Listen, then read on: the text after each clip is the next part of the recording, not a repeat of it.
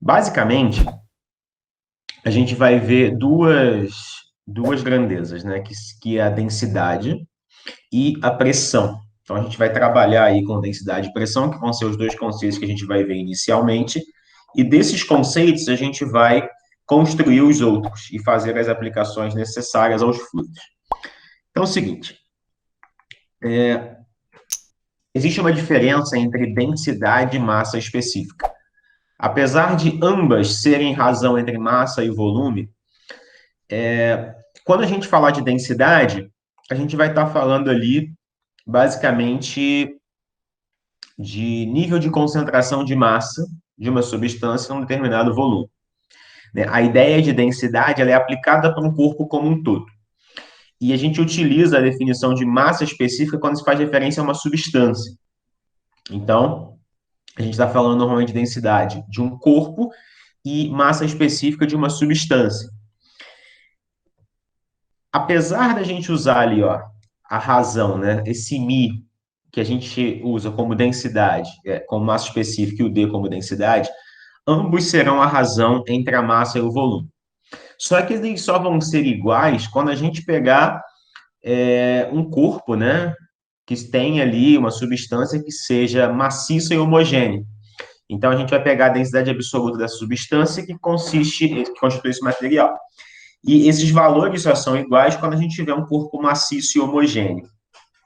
Quando a gente utilizar essas grandezas, tanto densidade quanto massa específica, a unidade de medida no sistema internacional é a unidade de massa quilograma e de volume metro cúbico.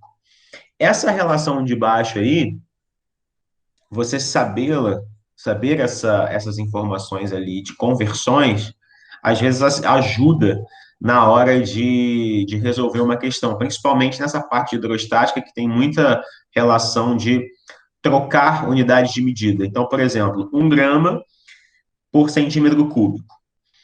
Centímetro cúbico tem uma relação, né? 1 decímetro cúbico é 1 litro, então 1 centímetro cúbico é 1 ml.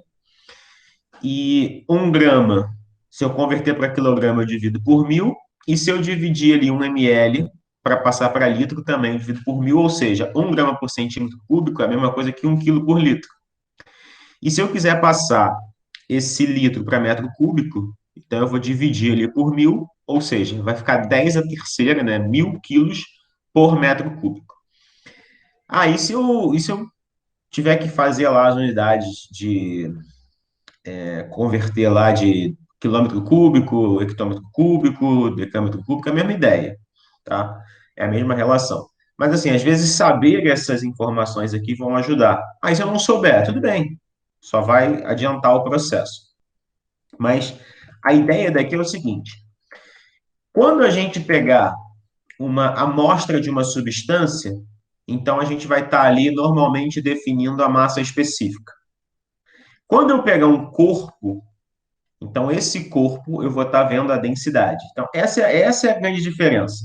Quando eu falar de substância, é massa específica, quando eu falar de corpo, é densidade. Se o corpo for maciço e homogêneo, então a densidade desse corpo coincide com a massa específica.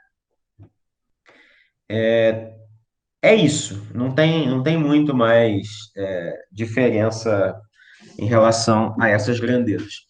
A única coisa que pode acontecer além disso aqui é uma densidade relativa, tá? Que eu vou mostrar aqui daqui a pouquinho. Então, ó, densidade é a grandeza característica de cada ali, substância e as substâncias foram obtidas experimentalmente. Então, esses valores de densidade, eles também são valores que aparecem ali como dado para vocês. Então, eles não vão te obrigar a saber a densidade da água, a densidade da gasolina, do álcool, dos materiais. Eles vão te dar esses valores. Então, considere a densidade de tal substância como sendo tal valor. E exatamente porque é uma medida experimental. E a relação que eu falei de densidade relativa, eu vou pegar dois materiais.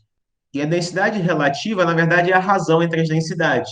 Então, a densidade relativa entre A e B, densidade A em relação a B, é só dividir a densidade de um pela densidade do outro.